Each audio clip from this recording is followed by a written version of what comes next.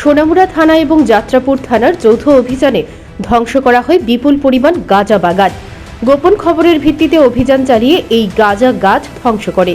গাঁজা গাছ ধ্বংসের বিষয়ে থানার সাব ইন্সপেক্টর প্রীতম দত্ত জানান, দায়িত্বপ্রাপ্ত পুলিশ ইন্সপেক্টর শ্যামশঙ্কর রিয়াং এর নেতৃত্বে দুই বাহিনীর 135 জন জওয়ান, তার মধ্যে মহিলা সহ অভিযান চালানো হয় শুক্রবার বেলা 11টার পর।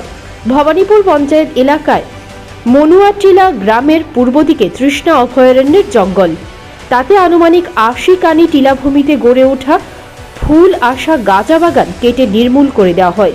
এইসব জায়গা গাঁজা গাছের পরিমাণ ছিল 45,000, এমনটাই দাবি সাব ইন্সপেক্টর প্রীতম দত্তের। তিনি আরও জানান, এ নিয়ে নাকি 17 দিন গাঁজা বাগান কেটে দেওয়া হয় যাত্রাপুর থানার উদ্যোগে।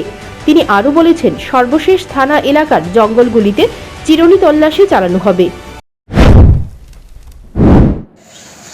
আজকে সকাল 11:30 নাগাদ আমাদের ভবানীপুর মনুয়াটিলা এলাকায় আমাদের যাত্রাপুর থানার সেকেন্ড অফিসার শ্যামশঙ্কর রিয়াংয়ের নেতৃত্বে মোট 135 জন মহিলা এবং পুরুষ টিএসআরকে সঙ্গে নিয়ে আমরা গাঁজা গাছ ধ্বংস করি। সেখানে আনুমানিক 80 কানির মতো জায়গা জুড়ে এই গাছগুলি ধ্বংস করা হয়।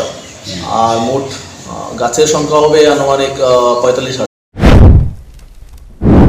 অপরদিকে সোনামুড়া থানার পুলিশ প্রচুর পরিমাণে বাগান ধ্বংস করে কাইচ্ছাখোলা উপজাতি গ্রামের পূর্ব দিকের জঙ্গলে। সোনামুড়া থানার এবং যাত্রাপুর থানার দুই থানার সীমান্ত গ্রাম কাইচ্ছাখোলা উপজাতি এলাকা।